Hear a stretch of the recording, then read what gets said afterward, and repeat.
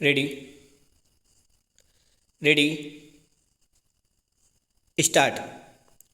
भारत में शासन प्रणाली मुख्य रूप से कार्यपालिका, विधायिका और न्यायपालिका तीन संस्थानों पर आधारित हैं।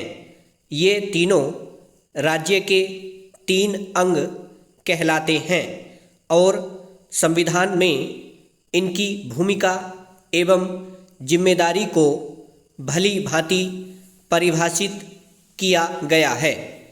इस व्यवस्था के अंतर्गत राज्य के तीनों अंगों के बीच अधिकारों का विभाजन सुनिश्चित किया गया है। संविधान में व्यवस्था की गई है कि प्रत्येक अंग अपने प्रभाव के दायरे में रहें और दो अंगों को अतिक्रमण करने से रोके। इन तीनों को शासन के तीन स्तरों संघ, राज्य और स्थानीय निकाय से आच्छादित किया गया है। संविधान के अंदर 17वीं, 11वीं, 12वीं अनुसूचियों में तीनों स्तर की जिम्मेदारियों का सीमांकन किया है। इनमें से दूसरा स्तर विशेष रूप से महत्वपूर्ण माना गया है क्योंकि आम नागरिक को प्रभावित करने के अनेक विषय शिक्षा, किराया नियंत्रण, भूमि अधिग्रहण, पुलिस, जन स्वास्थ्य, स्वच्छता और विद्युत से संबंधित राज्यों के अधिकार क्षेत्र में आते हैं। अतः सुशासन की वास्तविक चुनौती राज्य स्तर पर सामने आती है।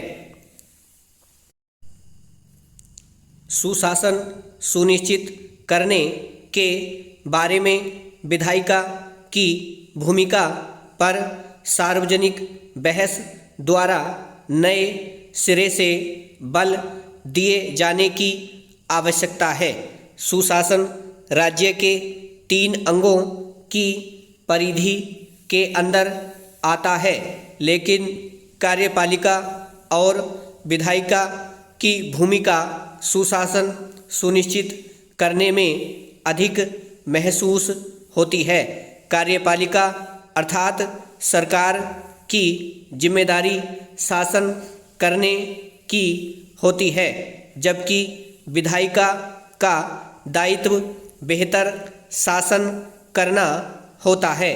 भारत में कार्यपालिका की नीति निर्माण के व्यापक अधिकार प्रदान किए गए हैं, जबकि विधायिका की भूमिका सरकारी नीतियों को मंजूरी देने तक सीमित नहीं है।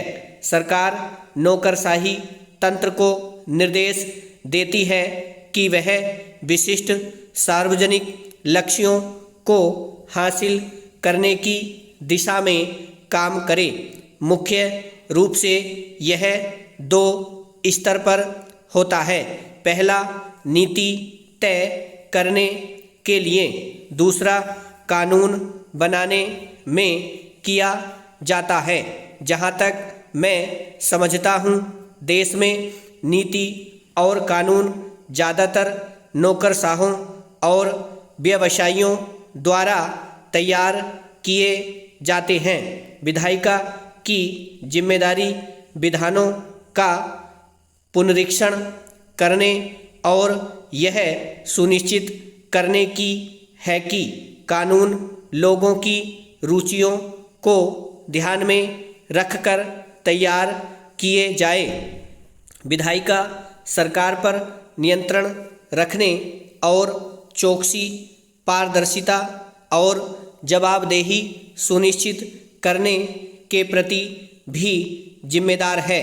सुविचारित नीतियाँ और कानून सुशासन की कुंजी होते हैं और कानूनी गलतियों को बन जाने के बाद दुरुस्त करने की बजाय उनके निर्माण के समय विचार विमर्श के दौरान दुरुस्त करना अधिक आसान होता है।